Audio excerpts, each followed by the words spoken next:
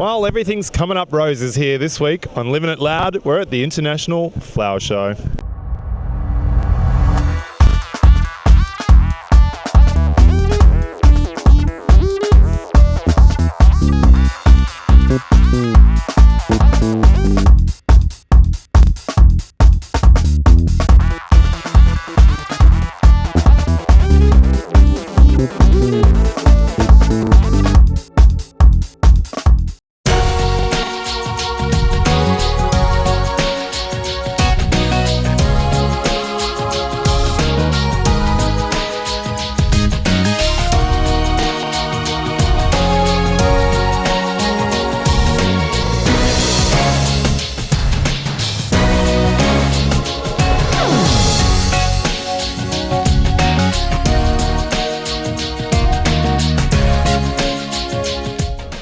These guys have been working so hard over the week to get the floor plans ready for this show.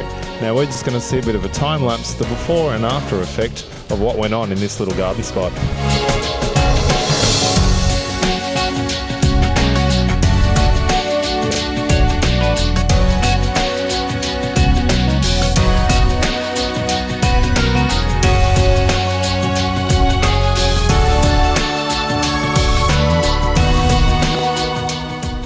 Theme going on here. A bit fishy. It is a bit fishy. It's a, I suppose, a make-believe courtyard for a seafood production facility that we sort of invented the people and invented the facility and wanted to do a sort of out there, modern, yet sort of semi-traditional. You haven't used a lot of plants in this one. No, not a lot, but there's the ones that we have used, I think used quite well, because the idea is that it's supposed to be evocative of the coastline around their original home in South Australia, where their families have long been part of the fishing community. How long did it take you to do this then? What, to build the thing? Build and set up from... Yeah, about 5 days. We saw you building, running around mad. We got a shot of the before shot. Have a look at this. Time lapse, fast speed. And this is the end result. How much would it cost? What to do in someone's garden? Yeah. Well, how much did you spend on this? 15,000 to 20,000. 20,000. Yeah. And you've got the trout heads, the fountains, and all the materials and building the thing, and the time involved. But the labour is probably a lot of the expense too with all this. Well, it's certainly, a proportion of it, like 50% of it. But hopefully it sort of captured people's imagination and made them smile, which I think's the... It is fun and quirky, isn't it? Oh, absolutely. Yeah. It's a bit out there. So are you here next year then for something new? Oh, we'll see how we go.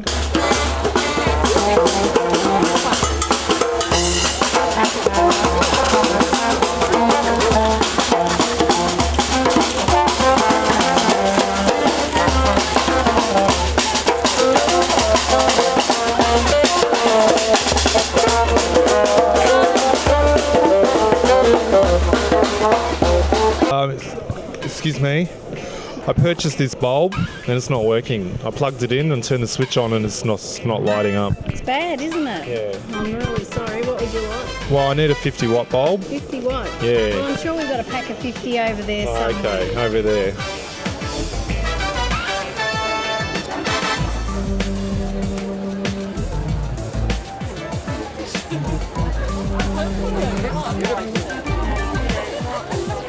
Another man who's in the gnome. Dressed as a gnome, yes. Yes. Now we're cross-seedling here, are we? Cross-seedling? Or whatever. How does it work? It's a brand new pack designed to make gardening a little bit easier. What we've done is replace the old punnet system, and we've designed a system that you can simply lift the plant out without damaging the roots. Because you don't damage the roots, your plant's going to kick on and grow straight away.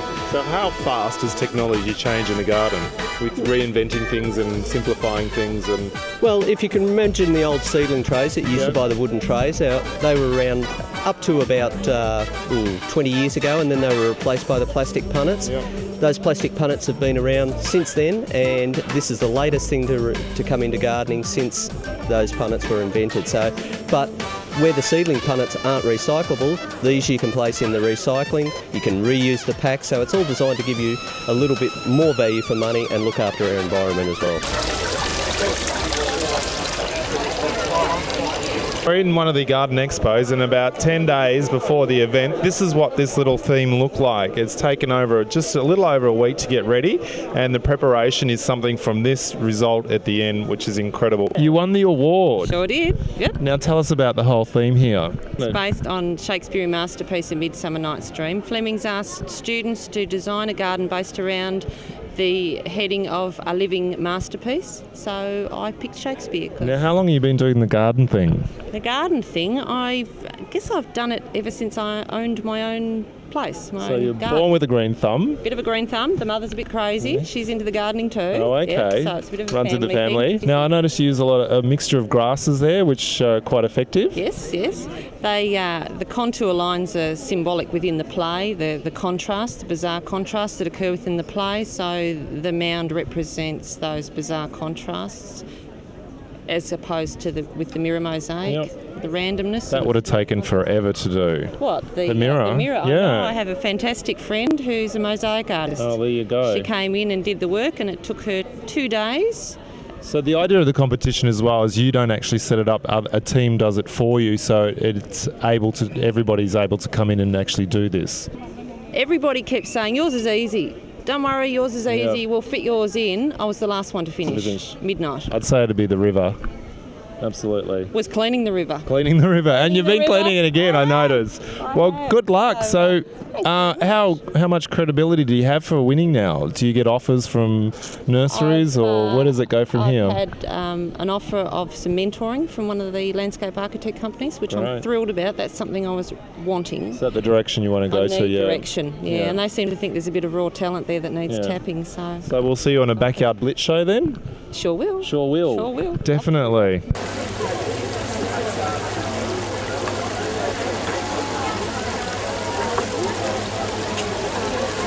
See that all of these tropicals, natives and ornamental grasses down the end are planted here. And they make a wide range of potting mixes, and you can pop over and see all of their products just behind me over here. You're the face really of this whole thing today, Thank you very much. I feel very flattered. Cheers. Now you've done 3 gardens. Tell us about the stages here. You're very different gardens indeed. They are, yeah. I've started off, last year I did a couple of different styles, but I feel that it's probably a little better from a viewer's point of view to actually look at 3 completely different styles, and that is, I've got a Balinese one, I've got a fern garden that sits just behind here, which is a completely natural setting, like a sort of a rainforest type situation. It is the total rainforest. Yeah. Steam, mist and all. Yeah, mist and all, exactly. So don't bring your lenses through there, it'll all fog up. And then right down the end, we've got a sculpture garden, which is sort of a large contemporary style feature. Very vastly different. Now, to set up these is taking you, roughly about 10 days to do here? 10 days, 40 guys. Very different to backyard blitz, I might add. Now, how realistic is backyard? 2 days to do these gardens. Look at these calluses, mate. Pretty big. We start at 5:30 in the morning, and sometimes we not finish until 1 o'clock in the morning. So, the next day, which is a lot of work. We pack in 4 days worth of work into 2 days, which is how we get it all done, really. Do you think people expect that nowadays? They want a garden in 2 days? Yeah, look, I think television, really, at the end of the day, we're highly organised and we've got a large team behind us which sort of helps make all that happen. But obviously, if you're a DIY guy at home, take your time and do it properly. Yeah, it might take you months, but it'll be certainly worth it. And anything's good is worth waiting for. Thank you very much. Okay. Well, enjoy. You've got to speak now. You're talking about the landscape. I don't get it. Landscape design. I haven't got it. Plants. I'm educated. This I get it. Yeah, educate us. It'll be good soon. Trust me.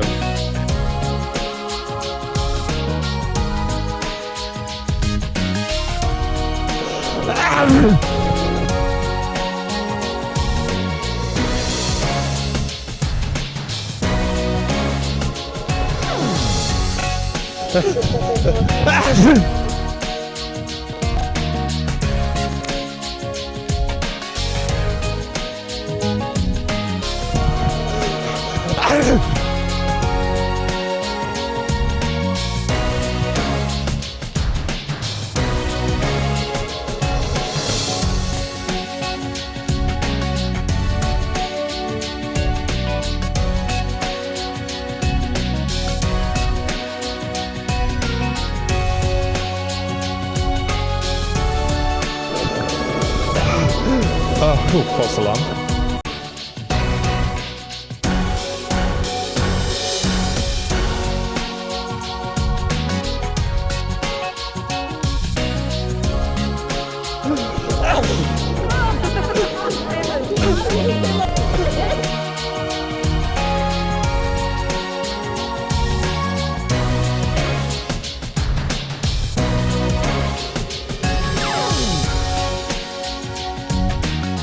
Some people have gotten prepared. You've actually dressed for the occasion, like myself. Not intentionally. No? You come here with a flower on your... You didn't even know. Didn't even think about it. What brings you here? You've got a bit of leaf there as well. Oh, just the gardens. I think they're gorgeous. Yeah, you're a bit of a green thumb yourself? Love to be. What's your favourite? My favourite. You're a rose woman or a pansy? Don't know. I don't know. I just What's love with them the all. leaf? You play leaves My or? grandson, no. My grandson Pulling souvenired that. Oh, okay. Pulling apart all the displays. Yeah. Do you recommend coming here? Oh, very much. Yeah. Very much. Have you bought anything? Well, we've just started. Just started, yeah. We're looking at the moment.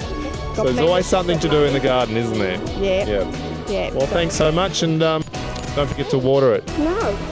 Gonna do a wet t-shirt thing going on here. Now, each exhibitor here has a little stand which they make their own design and landscape, and they're all judged. So every stand here might win a prize, and as you can see, this sculpture presence won a silver prize for its creation. I'm still trying to work it out. I don't get it. This one's called Pushing Up Daisies, which we'll all end up doing one day, 6 feet under. Any acid-loving plant in your garden will love this stuff. Camellias, rhododendrons, daphnes, any of your annual sort of plantings. I'll wake up and smell the roses. We'll be back after the break. Yes, there we go. It's a delicate.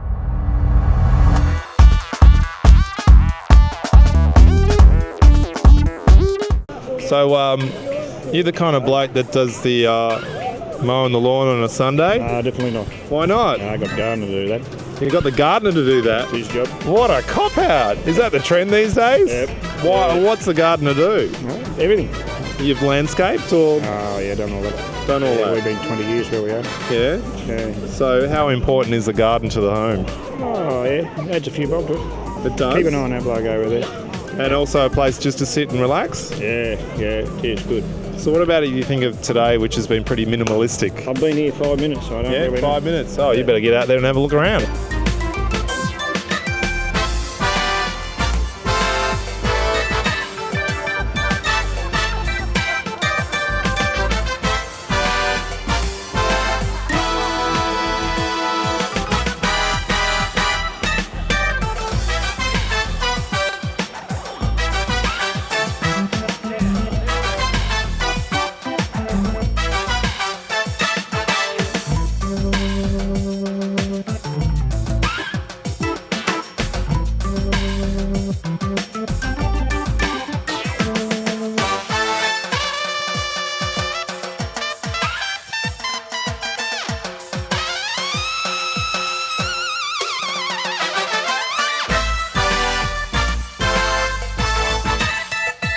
Out there in the garden plotting away, or? I am a keen gardener. Yeah.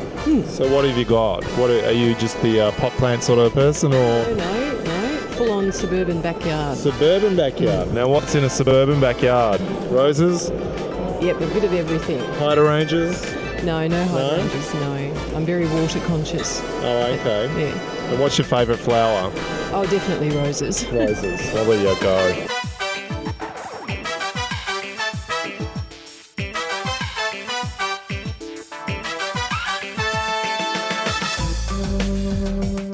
How many roses are out there?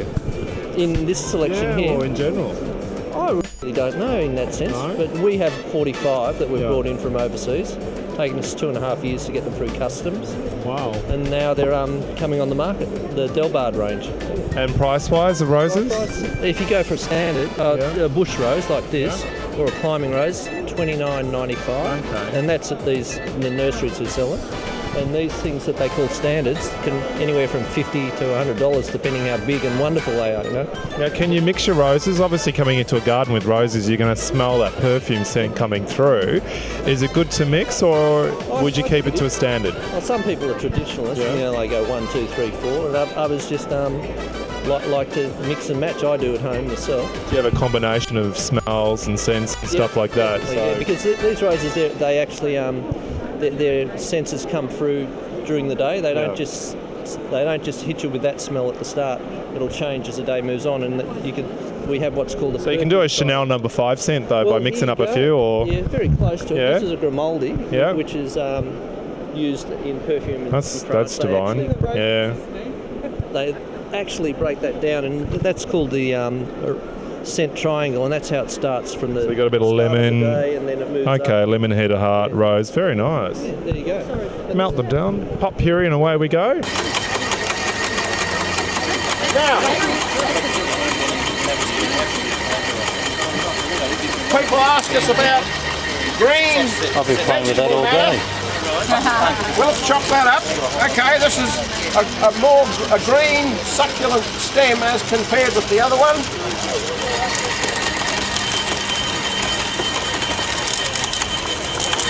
This pavilion here is about all the students putting together little themes, and what's the theme going on behind us here? The theme was a living masterpiece for each floor garden, and everyone's interpreted it differently.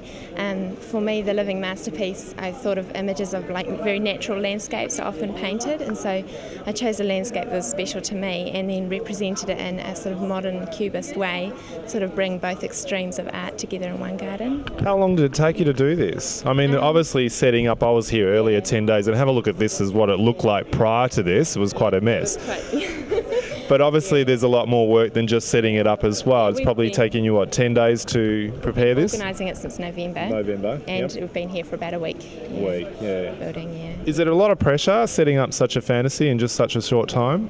It is. It's a huge amount of pressure, but it's a huge amount of fun too, because it's so exciting and see it come together and see your drawing come to life, and it's really great. It was quite important in the design for me to have a lot of textures to provide the interest. I wanted it to be quite simple, but then the interest with the texture. And your choice of plants? The plants is Magnolia grandiflora greenback, and I just wanted quite a green look again, but with the textural interest in the leaves. A lot of foliage and a lot of... it is very textured. Yeah. Well, thank you very much. And what's your backyard look like? Not like this. No? Why not? I'm too busy. Too busy. It's ideal for going into concrete patios or balconies, confined spaces, because you don't need any flooring joists. That's the stuff we bolted on, the plastic. So you lay one down like this, you come along with the next one, and they just... Oops, I'm not going to rock it. You just have it like this, and then they just...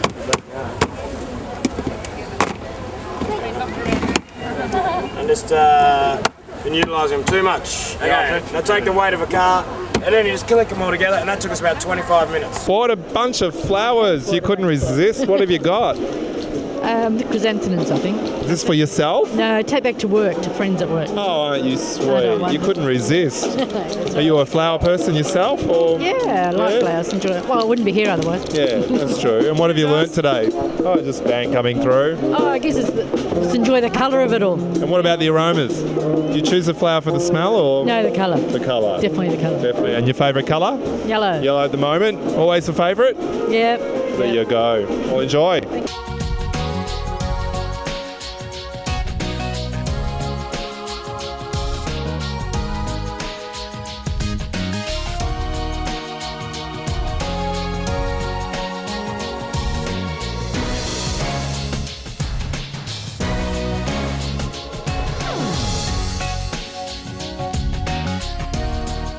Ah, you pansies! Go off!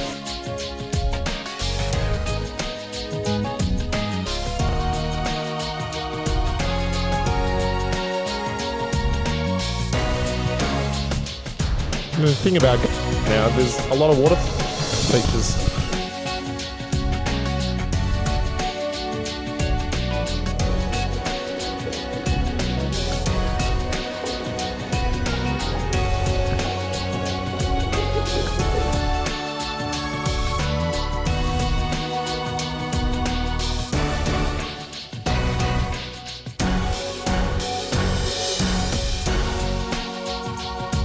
There's the interflora stage, which are showing you how to do a bit of flower arranging.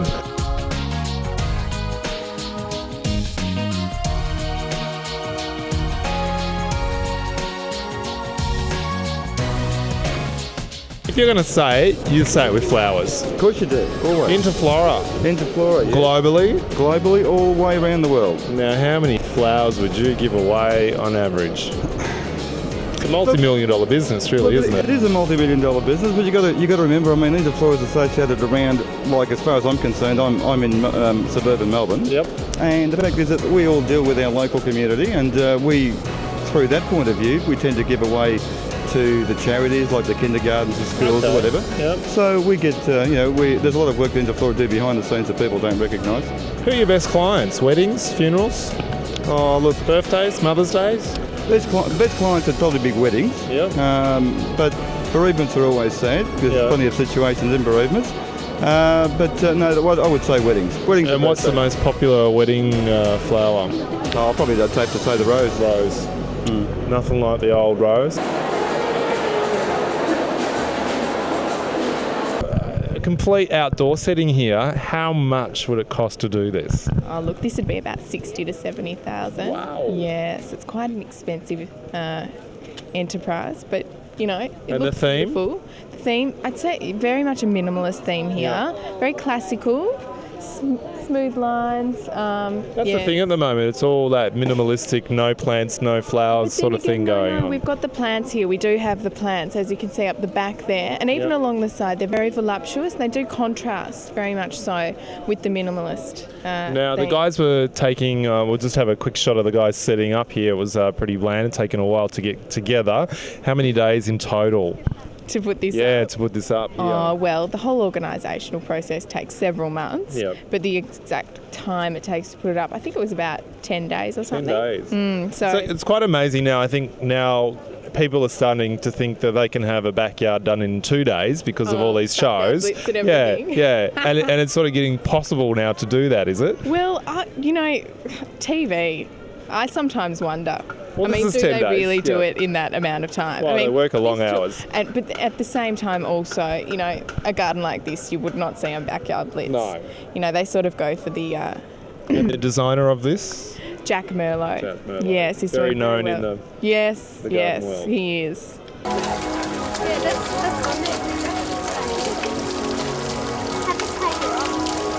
Or is it just... The stone comes from different parts of Asia and South Africa, and then we do a lot of the designs here ourselves, and more than half of what we do is tailor-made designs for architects and So you're landscape just designing the pieces and not the actual yard itself? The pieces, and we help some retailers with their displays, but basically we deal with landscape architects and designers, and they do the designing for their clients. So how much does it cost for a water feature? Well, ranging from a simple stone feature, a prominent one, such as the 90-centimetre pyramid over here, is around about $1,900. Okay. Plus installation, but that's solid, hand-beaten marble that's been carved, and comes complete with a pump, a light, and a base stone and a tray.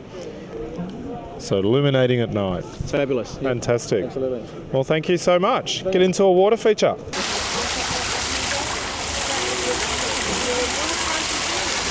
Oh, everything beautiful, even inside the cut flowers and everything. You're a real flower person? Yeah. Yes. Have you smelt many today? Oh, beautiful. Beautiful. Oh, they know you can eat them. You can eat them? Oh, yeah. I wouldn't go that far. You're a real fan. She even eats the flowers. Now, you've designed this landscape behind us. What inspired you? It's pretty industrious, really, isn't it? It is. It's quite severe, really. It's September 11th, basically. Oh, okay. Yeah, it's all different symbolism in all of the ground covers and the trees and the plantings to symbolise all the things that I saw when the Twin Towers went down. Yeah, that was quite a moment in my life, and that affected me. And I think masterpieces are produced in their time and affect people in different ways. And yeah. So, how long has it taken you to put this together? Well, actually, we had a construction team come in, and they took a week and a half. A week and a half. Yeah. So you just design it and you've said, okay, you guys do it, or we come in for the last 2 days and we do a little bit of direction. Yeah. So how you found the reaction of what's here today? Well, it's interesting. People walk by and go, oh, I don't know about those beams in the middle of the garden. And it's not until it's actually explained and they suddenly go, oh yeah, that's what it all means. So they look at the garden at face value and it's a bit of a shock. And then once it's explained, they go, yeah, I can see where the meaning is.